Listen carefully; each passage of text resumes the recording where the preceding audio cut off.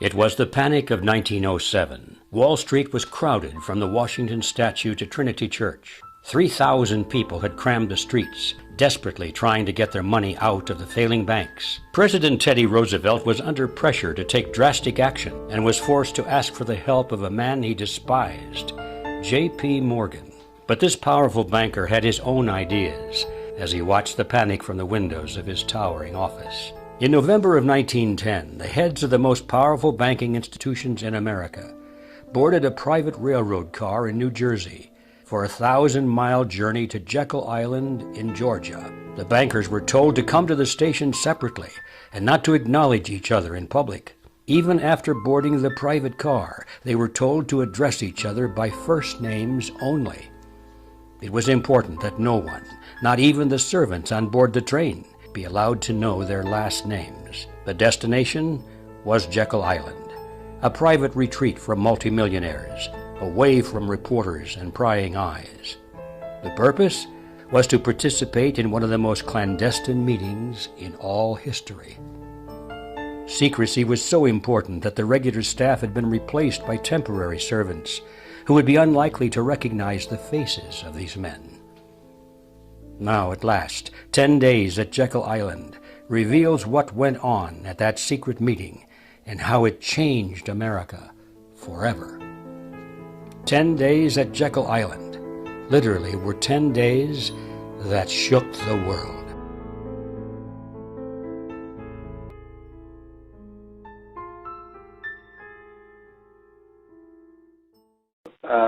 Make long story short, when I was over in Europe and we had dealt with some of these, I came back from this trip where the big Canaanite altar had been done, and I just had been gone for 3 months. That whole trip was a 3-month ordeal, and I was ready to make a beeline home and take some rest. And my wife and children had been over with me for part of it. They had come back to Oklahoma, and I was missing my family. I just wanted to get off the plane, and I had a car in New York because my brother lives there, and we had drove out there to visit with him and some friends. And I just wanted to make a beeline home in my car and not stop for anything but gas. When I landed in New York, the Holy Spirit said to me, I know you want to get home. I know you're missing your family.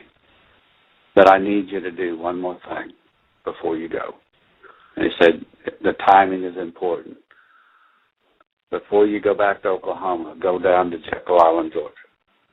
Jekyll And Island. I said, Lord, I don't even know, I knew something about Jekyll Island. I had looked at some of the financial issues in the 80s and 90s. I was looking at some of the spiritual applications to financial things, but I really was not up to speed on the history of Jekyll Island. I had just heard it from something. I'd not even read, the book that's called The Creature of Jekyll Island. I'd not even read that book, but I was aware of something about Jekyll Island and financial stuff. So I went in my brother's house, got my computer out, and I just, got on the internet and typed in Jekyll Island, and it's like, what's going on with Jekyll Island? And was praying and asking the Lord, why do I need to go there? And he said, when you get there, I will explain to you what you need to do. But he just told me, he says, go to the island and plan to spend. It's not that far from New York, but he said, I need you to tarry for a day or two and listen to me. I'll tell you what to do.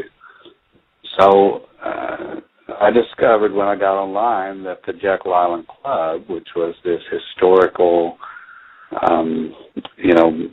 multi-millionaires country club that had been built in the turn of the century, it had just been remodeled and reopened. And I thought, wow, that's interesting. And immediately the Spirit of the Lord said, that's where I want you, book a room there. And so I just booked me a room for that night, then got in the car and headed that way. All the way down there, I'm driving and I'm praying, and I don't like. I know when the Lord tells me to do something like that, I have to obey. At the same time, I'm one of these guys that I don't like doing anything alone. I don't think God sends people alone. I think He often wants us to go in twos or threes. Right. And I'm not afraid to go alone, but it's just like, Lord, where's my little buddy Leahu? Where's my, there's got to be something important, or God would not be diverting me. And I don't know anybody in Jekyll Island, so I'm thinking, who do I know in Georgia that I can call? Maybe there's somebody that can come over and join me. And I just was complaining a little bit. It's like, Lord, I'm tired. I've been gone for a long time. I'd really rather be going home. What's so important about Jekyll Island that I got to go there now? And the Lord just encouraged me. He's like, son, please don't complain. I don't ask you to do something unless it's important. I'm directing your steps, and this must be done now. So I quit complaining and grumbling, and I just started praying and cheering up. And so I tried to just pray in the Spirit all the way down there. When I got to the hotel, it was about 9 o'clock at night. And one of the things that I've learned is that whenever God's doing something territorially, He almost always has someone on site that's ready to open the door to Him.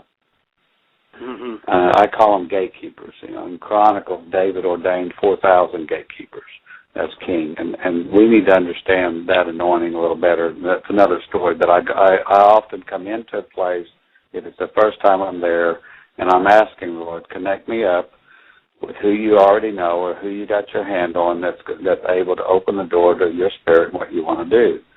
And so I expect God to order my steps, and I try to go with my ears and my eyes open, looking for the local that God has His hand on. And they're not always hard to find if you're praying that way. So I walked into the hotel, and the lady behind the desk calls out my name. She says, "Are you Mr. Bentz?" And I said, "Boy, you're really good at your job," because I hadn't said anything yet. She said, "Well, you're the last one to check in. I just kind of figured that you must be Mr. Bentz." And so it was just a little bit of an exchange that was odd. It was not a normal way to start a conversation on her end. I was a little bit impressed that she was up to speed on her job and she knew who I was.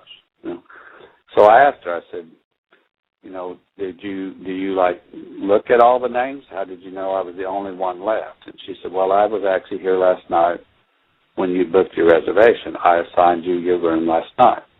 So I realized that you had not checked in yet, so I was looking for you. So I said, well, okay. And then she got this real funny look on her face. And I know if that kind of looked like she's sitting there like she wants to say something else but isn't sure if she should. And I asked her, I said, I'm here for a real interesting purpose, and if you know something else, please tell me. She goes, no, I don't. I'm not sure I should say it. And I said, no, I want to hear it.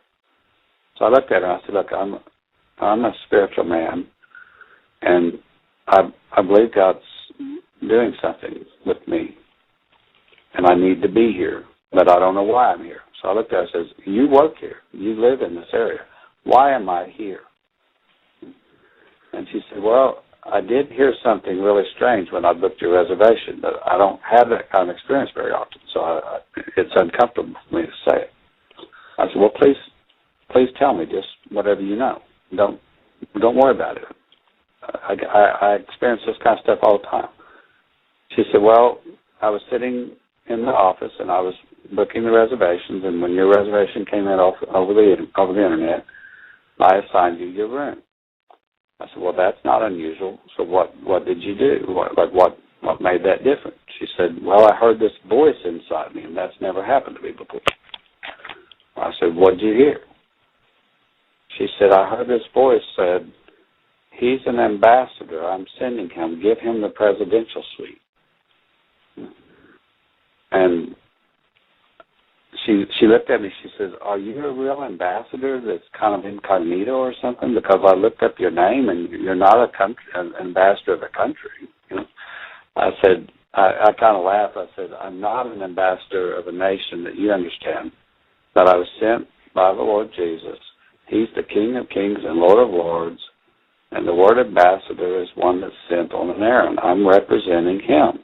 I am here to represent him. And I said, he's the one that's important, that's coming on your hotel site, not me. And she said, well, I gave you the presidential suite. But I was kind of thought it interesting what I heard, because that's not normal for me to hear something like that. And so I said, do you know Jesus? Do you know the Lord as your Savior? And she said, yeah, I believe in God and I believe in Jesus. I just don't hear like that. So I said, well, did you hear anything else? She said, yes, as a matter of fact, there was one other thing.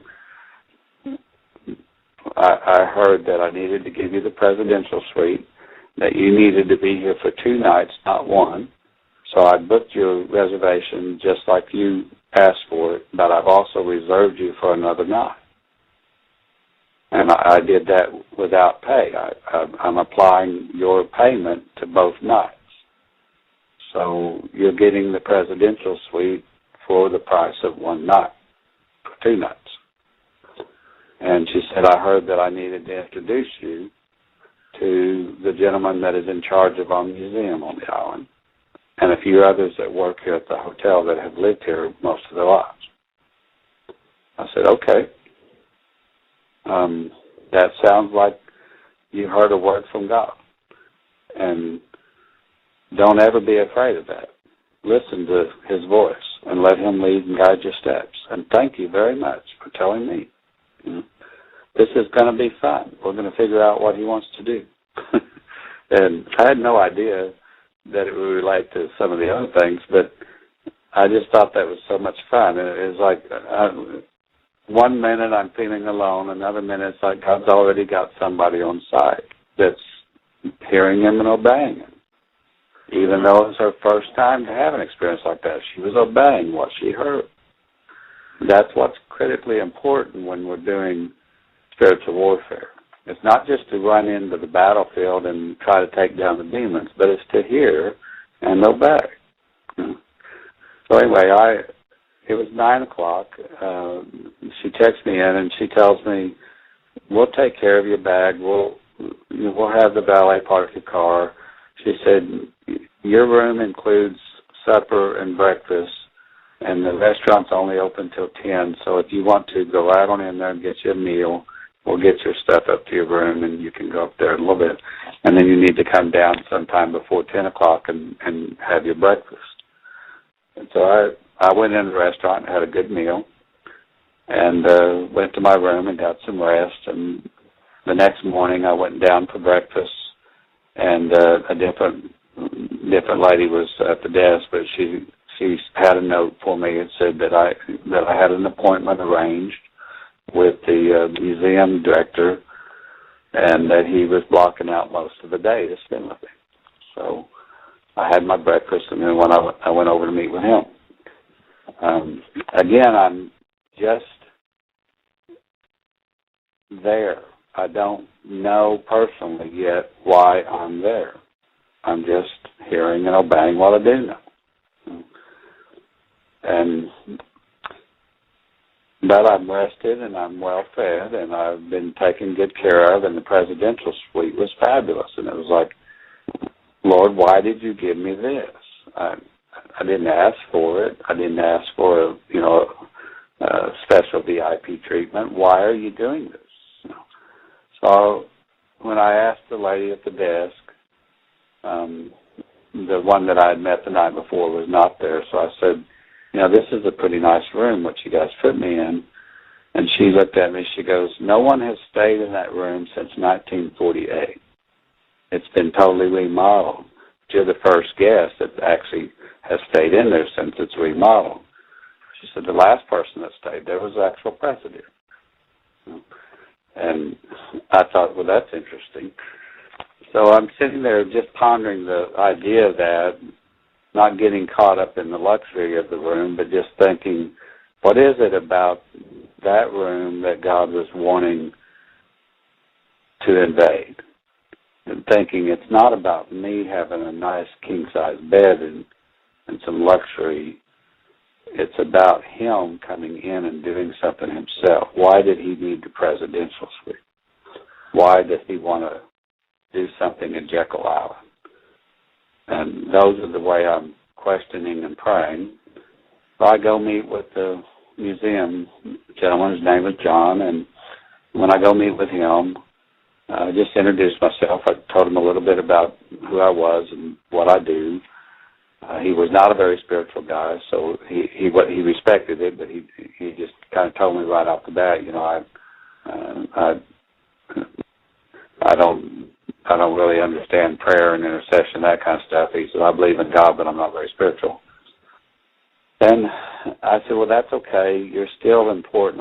There's something you know that I need to know. And I said, I don't know if you'll understand it, but the King of Kings set this appointment up. There's something you know I need to know. And I'll pray for you, and I'll pray for the business here, and I'll pray for whatever it is that God wants, but just please attend to this as something very, very important, you know. And thank you for your time. So we started talking. He was, of course, started out talking about the financial stuff, because this Jekyll Island is where the Federal Reserve banking system was birthed and conceived.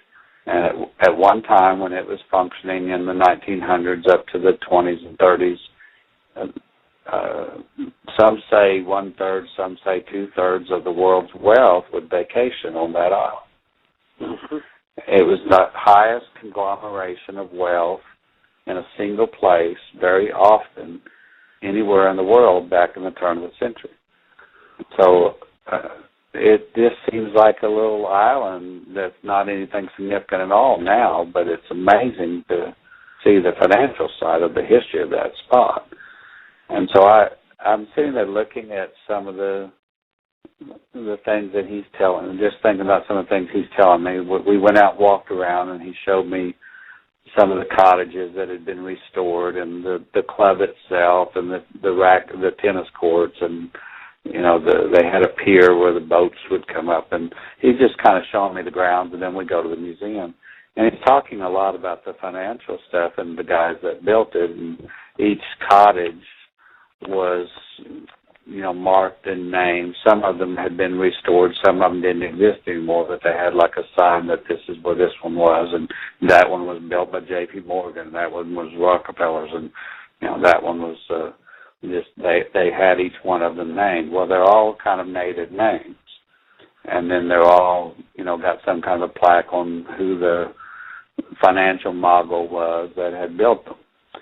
And they're not really elaborate, luxurious mansions. They're just simple cottages for the most part, which was kind of interesting to know that the richest people in the world built them, and they were very low-key and almost like a, you know, cabin in the woods instead of a luxurious house like you'd expect. And they all had Indian names.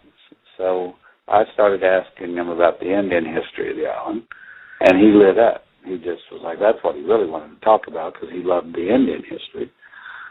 And so he takes me back to the museum, and he said, we got a lot of stuff on the Indians. He said this was actually like the government main community for a tribe of Indians that don't exist anymore. That tribe was called the Timucas. And I said, well, that's interesting. My name's Tim. And anyway, I didn't know anything about the Timucas. I'm from Oklahoma. I've learned a lot of native history, and I have some native bloodline, but I did not know anything about the Timucas. So I just asked him, please tell me everything that you can tell me about them. There's something about the natives that I feel like I need to know. So he said, well, the Jekyll Island Club was actually built on top of everything that the Indians had. So they just kind of wiped the village out and built the club on top of it. So wherever the chief's house was, there was a cottage now. Wherever the council house was, there was now the Jekyll Island Hotel. You know? And he said everything that's built and visible today is actually sitting right on top of something that was significant in the Indian village when it existed. So he said the fact that this whole place had to go into ruins and then be rebuilt and become an archaeological state park, he said it actually helped us identify the native history because the club itself had almost erased that. You know? Mm-hmm. And so I said, well, let's look at the museum. I want to see some of the Indian stuff. So we're looking at arrowheads and spear tips and, just artifacts that they had found and pottery shards and things and seashells that they had. And he showed me all their stuff in the museum. He shows me some fragments of a weapon that was like an unusual bow. And when I say unusual, I mean that it was like a double curved bow. And that was a very unusual shape of a bow for a native tribe.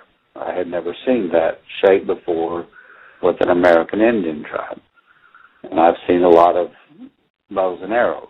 So I asked him, I said, this seems unusual. I've not seen this before. In Oklahoma, every native tribe, the bows would look like a single bow or just a single curve.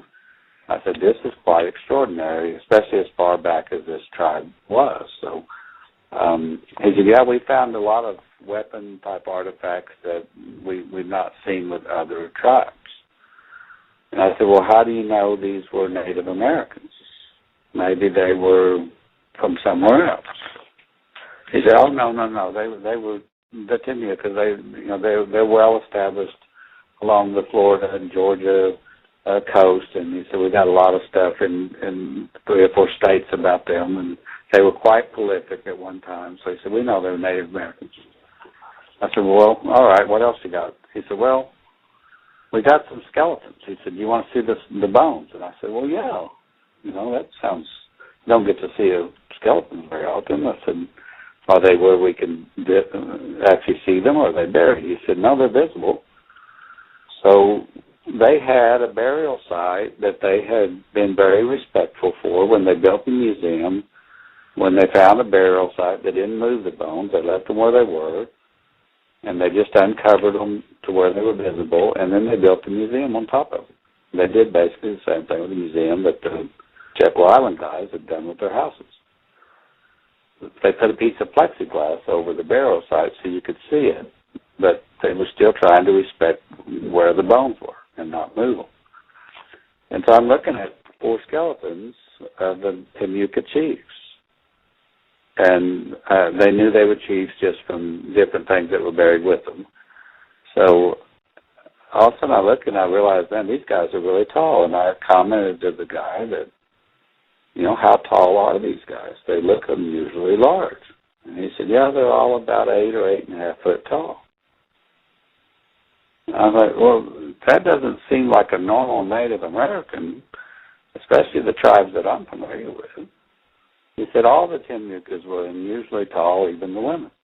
And he said we found other skeletons and parts of bones out in the grounds, and he said we've got pretty good evidence that nearly all of them were extraordinarily tall. And I said, well, what is how do you explain that in relation to other tribes on the Atlantic coast who were not? He said, I don't know. It is an unusual anomaly. He said, oh, by the way, I've got a painting that you might want to see. It's actually the copy of the original. We've got it under lock and key. But he said, I got a painting that actually shows the Indians from a group of French colonists that came to the United States before it was the U.S. This was right after Columbus.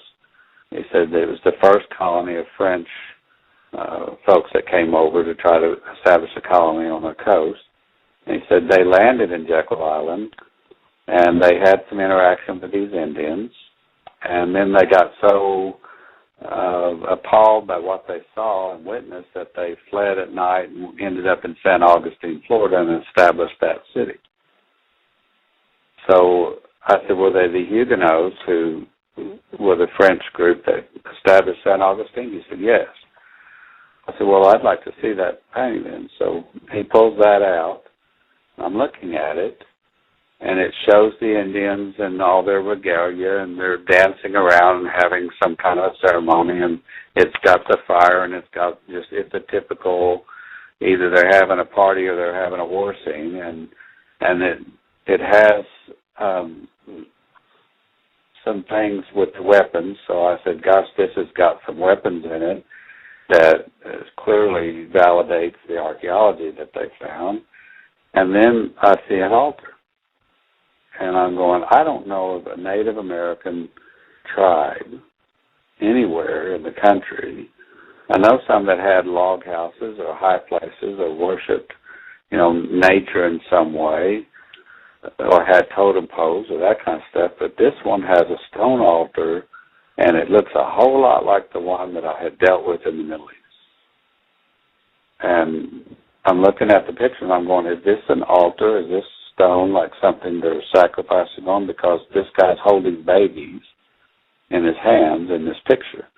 He said, yeah, they're cutting those babies, they're hacking those babies up in that painting. And so when you look at the details, two of the shamans or chiefs are holding a baby up by the ankles, and they're whacking their heads off and spilling the blood on this altar. Mm. And I'm like, sir, I don't want to be disrespectful of your training and archaeological understanding and history, but I don't know of any native tribe that did what I'm seeing here, unless it was an act of war. And this is really, really unusual. And I've seen this type of scene with artifacts over in the Middle East. And I've seen weapons like this over in the Middle East.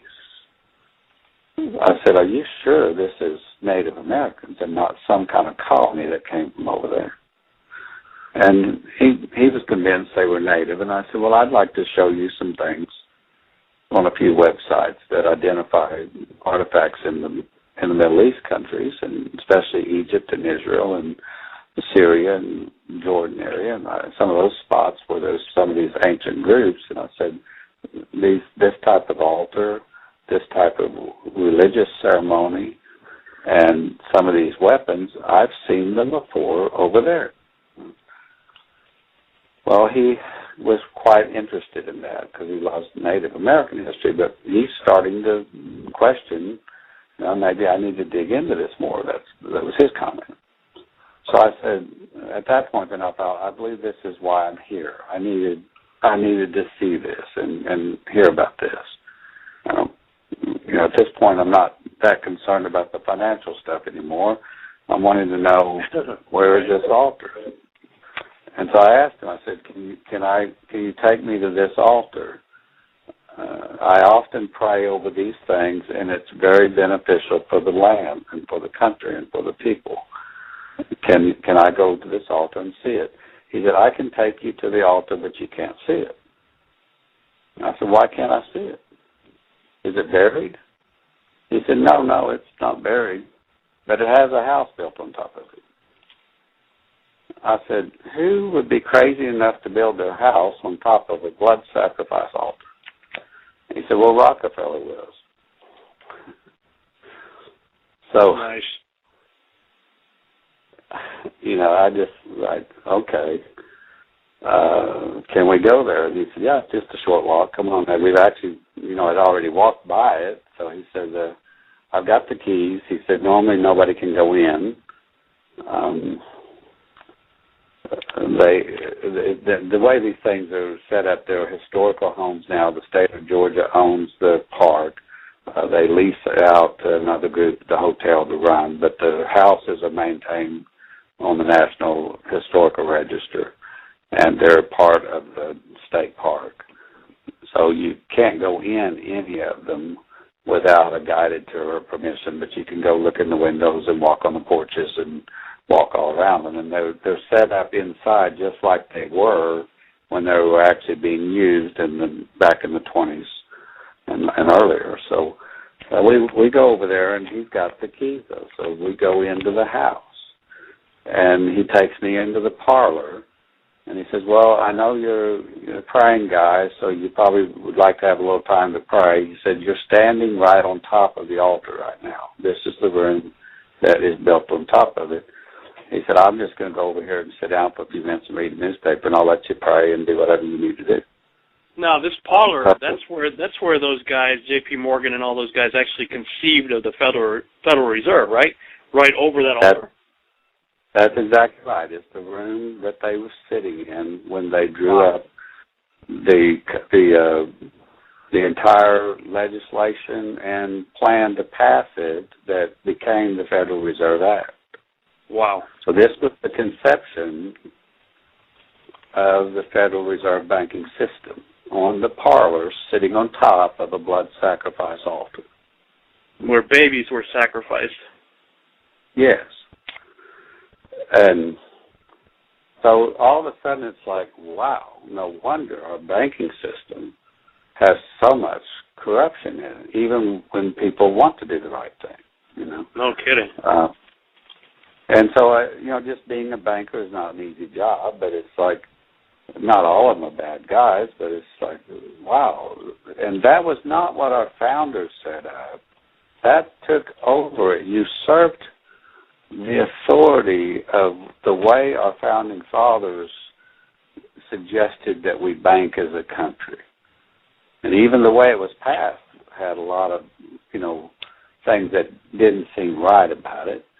But the idea that it was conceived like this, I'm going, this is not just a bunch of wealthy guys that got away for a vacation and came up with a profitable business plan. This has got something diabolical, something occultic about it, something evil that's wrapped up with it. Yeah. And so even if it had been a good idea and something beneficial for the country, which many would argue that it was, this demonic power must have gotten into it. That's what happens when an altar is not dealt with. That's what happens when God's people do not do spiritual warfare the way He tells us to. Right.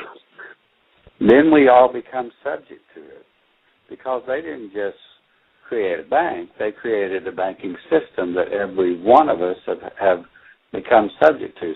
So think about this. You've got money that you receive as a ministry, or that you, when you earn, I'm sure you tithe and give offerings. On your money is idolatry. It's printed right on your money. Right.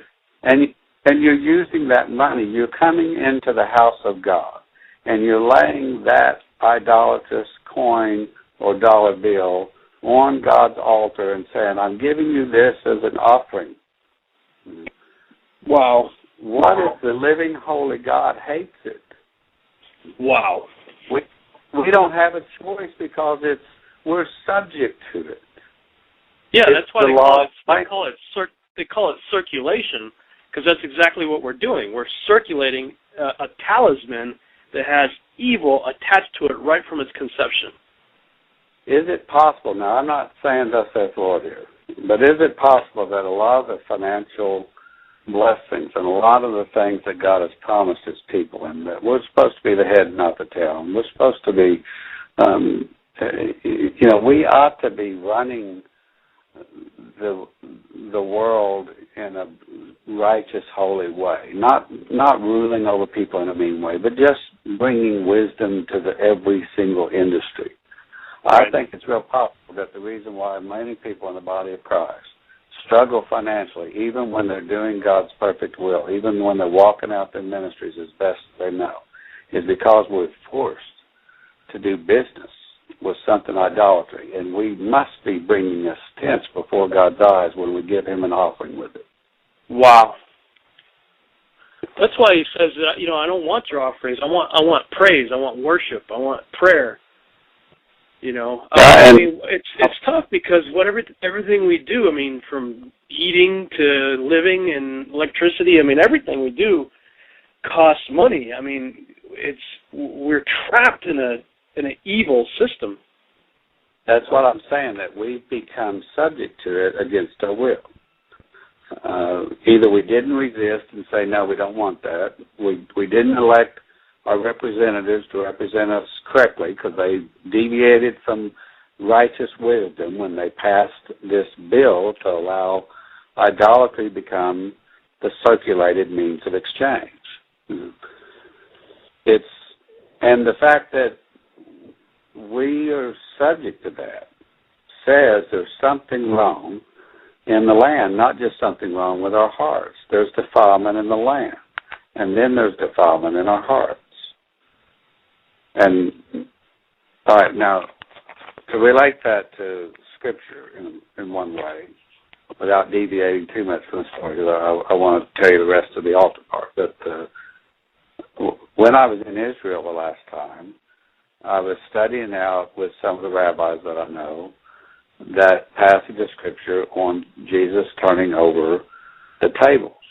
And I was meeting with some Orthodox rabbis, but they were respectful of the fact that I believed that Jesus is, or Yeshua is the Messiah, and I asked them some hard questions. And they asked me some too. But one of the questions I asked them was, why did Yeshua need to turn over the tables at the temple? What was going on? You know, I assumed, and had been told by other pastors and ministers, that they were probably cheating people at those tables. They weren't giving them a fair exchange. They were, using dishonest scales, and Jesus knew they were cheating, so he threw their tables over. I got quite a different answer from the rabbis. One of them pulled a coin out, and he said, "This is an ancient coin. I carry it around because it was minted here in Jerusalem, and it was discovered and found by a friend of mine when we came back to the land in 1948. It was found on the vicinity of the Temple Mount." And he said this was called a Jerusalem shekel. It was minted from the time of David all the way up to the time of the temple being destroyed in 70 A.D. Only it was changed once during that period. He said when David ordered coins to be minted, it had a menorah on it. But during the days of Herod, this coin had the same weight, the same, constitution. It was mostly silver, and it was a set weight exchange. But he said they changed the picture on it. It was no longer menorah. It was the face of Baal. Yeah. And so he had the one that had Baal's face on it. Wow. And I asked him, I said, you're a holy man. I can tell you love God with all your heart. Doesn't it bother you to carry that coin around? He said, yes, but that's why I carry it around. It reminds me how easy it is for Israel to become subject to idolatry. Yeah, us too. Because he said it was priests that minted this coin with the face of Baal. Wow. And it was a wicked king named Herod who ordered us to do it. And it was Rome's influence that gave us a benefit for doing it by making it something circulating that would make us wealthy but not holy anymore. And so he said, when Jesus, and he said, I'm not going to try to tell you that I think Yeshua is the Messiah. He was pretty adamant that I don't agree with you on that. But I'm searching that out because my best friend lived his whole life trying to prove that that was not accurate, and he died telling all of us in this room that he had come to the conclusion that Yeshua was the Messiah. And because he was my best friend, I'm searching that out in the Scriptures now for myself. But he said, however, whether that's the case or not, historically, if that's accurate, what Yeshua did, he did Israel the greatest service when he turned those tables over. I said, I don't understand. What exactly did he do? He said, he said publicly, my Father's house is a house of prayer, but you've made it a den of thieves. He said, that phrase doesn't mean you're cheating people at the table. It means you're robbing men of their souls. Wow. And he said the reason was because Herod required a temple tax, and the priests of that day were corrupt, and they required tithes and offerings and taxes to be paid. And the rules in Scripture was that whenever a census was taken, half a shekel for every male had to be paid, whether you were poor or not. And he said Rome required a census to be done every year so they could collect the tax. And so he said to pay that tax, you had to come into the temple and pay it with a shekel or a half shekel. And the only shekels that were allowed were ones with the face of Baal on it. Wow. The face of Baal in the temple of Jehovah. Yes. Wow. So Jesus was saying to the whole city that day, stop giving your money to these priests. Stop putting it in that offering plate. Wow. Don't do this anymore. You're robbing your sons and daughters of their souls because you're trying to bring something idolatrous in front of the face of a living God. Oh, man. I mean, I've been saying that without even knowing what I'm saying, because this is what you're saying is new revelation for me. But I mean, I've been saying for over a year now that I hate carrying at least $1 bill in my pocket, because that's the whole thing is to Baal. It's Nimrod. I mean, I call them Nimrods. Well, it's yeah, easy to get we're out doing of shape over it. I mean, it's really easy to get up. When you learn the truth, it's easy to just want to move somewhere else or want to just give all your money away. It's worthless anyway. And at the same time, right. But it's our means of exchange. What do we do?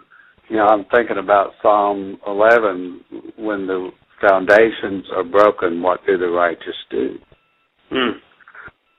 We have to repair the foundations in order to lay hold fully of the righteousness. And then it's not just in our heart, it's not just a hope or a desire, but it should become the law of the land, because it's good for everybody. It's not forcing something on others that's bad. It's giving them righteousness and peace and joy and freedom, which is what our country was established for. So I took note of that, and I'm sitting there at Jekyll Island suddenly, and the rabbi's words were ringing in my spirit, and I'm just weeping, going, Jesus, we've become subject to something evil. We're being robbed of our souls. Is this going on in your temple in America, like it was going on when you turned the tables over in the Temple Mount? Yeah. And the Lord just said to me, absolutely it is. And it's not just that, but it's got a blood oath and a covenant with something evil attached to it. And its evil design is to enslave you. And while I'm standing in the parlor, the Holy Spirit says these words to me. He said, son, are you free? I said, yes, I'm free because you made me free. He said, no, you're not. You're a slave. Because you have debt that you're not fully paid off. Yeah. And I said, well, yes, Lord, I know that, but, I'm not behind on my bills. I'm paying it, and I've asked you to clear my debts. I've asked you to help me get that done, and you've promised me you would. He said, I know, but you need to understand what's happening today, why this was so important, why I needed you to come here instead of go home. Because he said, right now, if I gave you the money to pay off all your bills and your house and your car and all your possessions and your credit card, if everything was paid off, would you then be free? And I said, yes, Lord, I wouldn't owe anyone anything but to love them. He said, you still wouldn't be free because you're a citizen of the United States. Right. Right now, at this day, you owe about $30,000 just because you're a U.S. citizen, even if your house was paid for and your cars were paid for and you had no other debt. You owe that money because you're a citizen and because your representatives have put that debt on you. And because the generation before you was more concerned about what they could have than they were about you as their child. I went, man, Lord, I didn't know the deficit was that much for every individual. And he said, well, what I'm about to do is to bring judgment to that, but you need to understand it's going to get worse before it gets better. Ah, the government. It loves you and wants to keep you safe and well. It even wants to make paying taxes, fines, and court costs easier for you. How? Well, you'll need to meet your straw man. He was born the same day you were. He looks like you, has the same name, and lives in your house, but you never knew he existed. You will have even paid his parking tickets or taxes. The worst part? He's been dead from day one. From every birth certificate, a legal personality, or legal fiction, is created with the same name to confuse little old you into thinking it's you. So, there is a human you and a paper you, or as it's commonly known, a straw man. So when it seems like government officials, court clerks, or the police are speaking English, they aren't. They're speaking legalese, designed to make you agree to verbal and written contracts without even knowing about it, all spun from Black's Law Dictionary. For example, when the police say, "Do you understand?" you'll say, "Yes." What they are really saying is, "Do you stand under our authority?" Oops-a-daisy, you just created a verbal contract with them. Oh, you clever government. Did you know that whenever you register something, you are handing over title to the person you register it with? That's right. Whenever you register something with the government, they assume it belongs to them. Registered your car? Super! Now you are the registered keeper of your vehicle, and the government can crush it when you don't pay your, straw man's taxes. Expecting a new bundle of joy? Well then you need to register your little darling with a birth certificate. Then they can start the process all over again and create a new straw man for your little one. Isn't that great? So when Junior grows up, he'll be able to generate revenue just like you have. When you notify on your baby by signing the birth certificate, your child becomes a ward of state, and if the government doesn't like what you're doing, they'll assume it's okay to take the child away, or make new rules for things they don't like. Not enough school? Smacking your child? Shouting too loudly? Then it's off to social services for the little one. When you get a bill, it's sent to you, but belongs to your straw man, not you. That's why bills, fines, and summons start with Mr., Mrs., or Ms. Sometimes you'll see your surname in capitals, just like on a gravestone. That's because your straw man is dead, and just a silly piece of paper, created before you could comprehend or even consent to it. When you go to court, you represent your straw man, so you, the human, take on any costs, fees, taxes, and fines involved for the straw man. The human you doesn't even need to pay them. But you made a contract with the court by appearing on behalf of your legal personality or straw man, just like the government knew you would. Confused? Well, don't worry. The government doesn't want you to know anyway. If you knew, you'd stop paying things like council tax and parking tickets. Because when you go to court, you are representing your straw man. You are you, alive and made of flesh and blood. Your straw man, or legal personality, is a piece of paper created from your birth certificate. And you think it's you. What a silly Billy. Would you like to know more? Well then go over to tpuc.org. Transparency in monetary policy is a goal we should all support. I've often wondered why Congress has so willingly given up this prerogative over monetary policy. Congress, in essence, has ceded total control of the value of our money to a secretive central bank. Congress created the Federal Reserve, yet it had no constitutional authority to do so. We forget that those powers not explicitly granted to the Congress by the Constitution are inherently denied to the Congress, and thus the authority to establish a central bank was never given. Of course, Jefferson and Hamilton had that debate early on, and the debate seemingly was settled in 1913. But transparency and oversight are something else, and they're worth considering. Congress, although not by law, essentially has given up all its oversight responsibilities over the Fed. There are no true audits. Congress knows nothing of the conversations, the plans, and the action taken in concert with other central banks. We get less and less information regarding the money supply each year, especially now that we don't even have access to M3 statistics. The role the Fed plays in the President's secretive working group on financial markets goes essentially unnoticed by Congress. The Federal Reserve shows no willingness to inform Congress voluntarily about how often the working group meets, what action it takes, that affects the financial markets or why it takes these actions. But all these actions directed by the Federal Reserve alter the purchasing power of our money. And that purchasing power is always reduced. The dollar today is worth only 4 cents compared to the dollar that the Federal Reserve started with in 1913.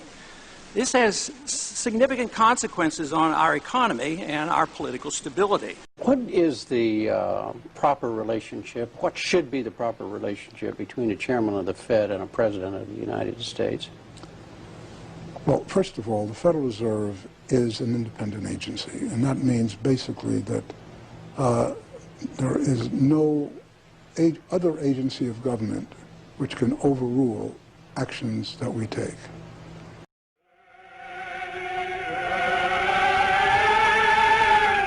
You are 5 brothers. I want you each to start a banking business in a different country. One to go and open a house in Paris, one in Vienna, one in London.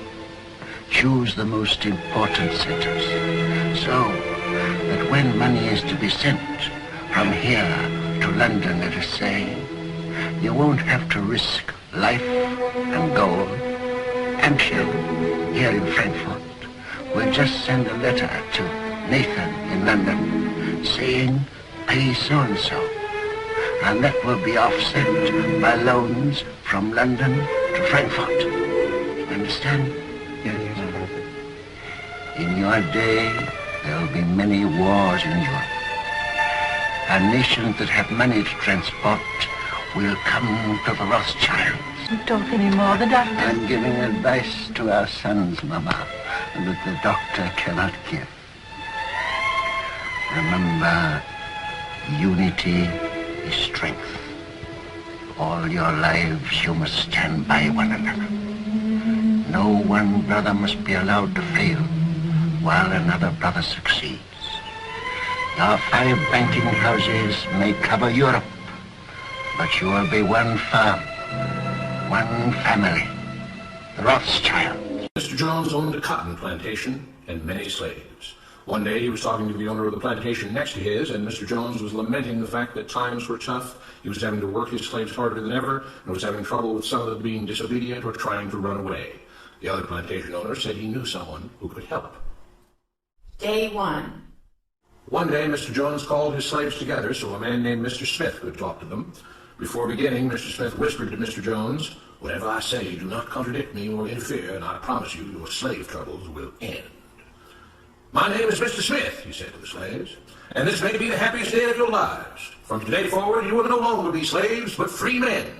Mr. Jones was so shocked he started to step forward, but Mr. Smith gestured for him to remain silent. He did, only because the other plantation owner had spoken so highly of Mr. Smith's skills. "You are no longer the property of Mr. Jones," Mr. Smith continued. "You are free. No more will you be forced to labor for the benefit of Mr. Jones. Now you can work for yourselves." Now the slaves were all murmuring and looking at each other. Many were smiling, many were looking puzzled. "In fact, you are now free to leave the plantation whenever you want," Mr. Smith said. "However, since we are surrounded by other plantations, if you leave, some other plantation owner will likely claim you as his own the moment you set foot on his property. So I urge you not to risk your newfound freedom by doing something so foolish. Instead, I suggest that you stay here, no longer as slaves, but as willing participants and part owners of this plantation. Yes, this is now your plantation." Mr. Jones bit his tongue to keep from objecting. "For now, we might as well leave Mr. Jones in charge," said Mr. Smith, "since he's the only one with any experience at running a plantation, which is quite a complicated thing to manage.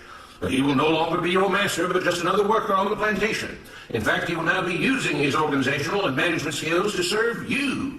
Whatever problems you may have had with him before, you are now all equals, and you need each other to make this work. If we all cooperate and work together, we can all reap the benefits together. In honor of this happy occasion, I present you this new symbol of togetherness and cooperation, this flag, which shall be the emblem of the new free Jones plantation." He held up the new flag, but most of those listening were still too amazed to respond. "And this shall be our motto," Mr. Smith announced. "We work together as free men for our mutual benefit, pledging our allegiance to the Jones plantation, which stands for prosperity, liberty, and justice for all. To celebrate, everyone has the rest of the day off. Enjoy your freedom, do as you please, and be back here tomorrow morning, bright and early, so that we may begin work on this great and noble new endeavor as equal free men." Finally convinced that Mr. Smith was serious, the former slaves applauded and cheered. Day 2. We all want this plantation to do well, Mr. Smith said at the beginning of the next meeting, so we can all share in the benefits. We all know that it takes a lot of effort to make a cotton plantation work. Just because you're all free doesn't mean you can stop working. In fact, since you're now working for yourselves, I expect you to work even harder than ever before, but now with pride and joy, knowing that you're working for yourselves. Of course, there still have to be rules. If everyone just does whatever he wants, the plantation won't produce anything. This experiment will fail and we'll all starve. You should be thankful that Mr. Jones has agreed to stay on, to lend his knowledge and skills to this endeavor, and I trust you will all do your own part to make this work. Several of you have been chosen to act as project supervisors, to manage different aspects of the operation, to make sure everyone is doing his assigned job, to make sure that the rules are followed, and so on. The rest of you may head out in the fields to start your first day of work as free men. Day 3. The next morning, Mr. Smith had a grim expression on his face as the daily meeting began. I have an unpleasant duty to do today, he said. Yesterday, Charles was caught keeping some of the cotton he picked, presumably to sell for his own personal profit. That is against the rules. That is stealing. For that, Charles must be punished. 2 men tied Charles to the whipping post. I take no joy in this, Mr. Smith continued, but you must understand, if we do not maintain order, if we do not have rules that we all abide by, then the plantation will fail, and we will all suffer. The whip cracked against Charles' back. But if we all pitch in for the common good, then we can all prosper. Being free doesn't mean you should be selfish and greedy. We must each do our assigned duties and obey the rules, and then we can all benefit, and each of you will receive your appropriate share of the profits.